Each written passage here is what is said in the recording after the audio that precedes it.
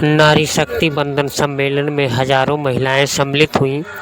मुख्य अतिथि के रूप में सुश्री आरती तिवारी, जिला पंचायत अध्यक्ष बलरामपुर और मिथिलेश ओझा, माधुरी सिंह त्रिपाठी, गीता गुप्ता, फेरन पांडे जी। भारत में ये पहली बार हो रहा है कि हमारे देश के प्रधानमंत्री श्री नरेंद्र मोदी जी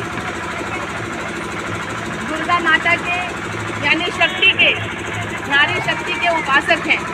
आपको सबको पता है कि वो नवरात्र का व्रत रखते हैं, यानी सिर्फ वो शक्ति की पूजा नहीं करती, शक्ति को सामर्थ्य देने का काम भी नरेंद्र मोदी जी ने अपनी सत्ता के दौरान किया है। आपने देखा कि जो वर्षों से अपेक्षा थी भारतीय महिलाओं की कि उनको राजनीतिक भागीदारी सुनिश्चित उनकी की जाए, तो वो सुनिश्चित करने का काम उन्होंने नारी शक्ति बंधन अधिनियम के तहत उनको 33% आरक्षण देके किया है।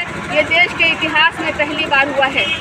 इतना ही नहीं, महिलाओं के सामाजिक, आर्थिक और कहें कि अब राजनीतिक भागीदारी के लिए भी उन्होंने जो चिंता दिखाई है, उसमें तमाम उनके प्रयास आपने देखा होगा। जनधन खाते भी महिलाओं के नाम पे खुले, सरकार की योजनाओं के पैसे भी जो आते हैं महिलाओं के ही खाते में आते हैं। उसके बाद महिलाओं के नाम पर अगर ज़मीन की रजिस्ट्री होती है तो वो रजिस्ट्री में भी छूट मिलती है। उज्ज्वला गैस का कनेक्शन भी महिलाओं को ही आधार परख कर दिया गया है।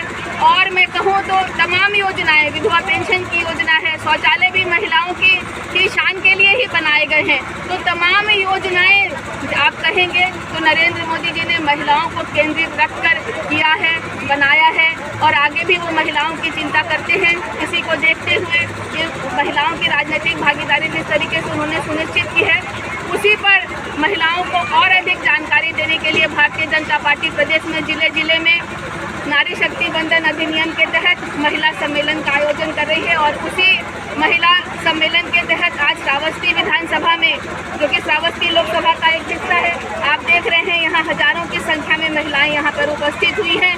तो नरेंद्र मोदी जी, योगी जी की सरकार ने क्या कुछ किया है, उसी पर उनका विश्वास है, उसी के तहत ये महिलाएं आज यहाँ पर आपको इकट्ठा दिखाई पड़ रही हैं। 2024 के चुनाव को लेकर ऐसा लग रहा है कि महिलाओं को एक साथ ला करके उनको चुनाव को साधने का प्रयास किया जा रहा है मोदी जी के द्वारा, क्या कहेंगे उस पर? देखिए, चुनाव तो आते जाते रहते हैं। हमारी सरकार चुनाव को देखकर बहुत कुछ करती है, ऐसा आपको लगता होगा, लेकिन ऐसा नहीं है। मैंने पहले भी कहा कि नरेंद्र मोदी जी शक्ति के उपासक हैं, वो महिलाओं को सबल देखना चाहते हैं। और जैसा कि रामधारी सिंह दिनकर की एक कविता है कि सौभाग्य न सब दिन सोता है, यानी सौभाग्य एक दिन जगता है। तो आज भारत के महिलाओं का सौभाग्य जगा है जब उनको उनकी राजनीतिक भागीदारी को सुनिश्चित किया इस सरकार ने, और सामाजिक, आर्थिक और भी तमाम प्रकार की जितनी भी सहूलतें उनको हो सकती थी वो सरकार लगातार देने का प्रयास कर रही है। वो सब कुछ हो चुका था, यही बाकी था, इसको भी पूरा करके उन्होंने दिखाया है। तो ये सब भारतीय जनता पार्टी से जुड़ी महिलाओं के लिए गर्व का दिन है, ये देश की महिलाओं के लिए गर्व का दिन है।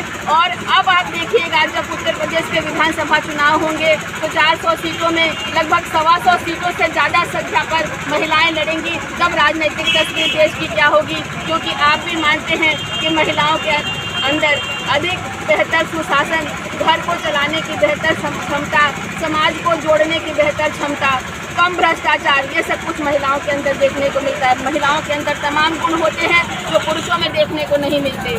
तो मैं मानती हूँ कि जिस तरीके से नरेंद्र मोदी जी ने महिलाओं के हाथों को मजबूत किया है, उन्होंने भारत के विकास का मार्ग जो है बहुत मजबूती से प्रशस्त किया है। आप देखिएगा धीरे धीरे देश की परिस्थितियाँ किस तरीके से बदलेंगी।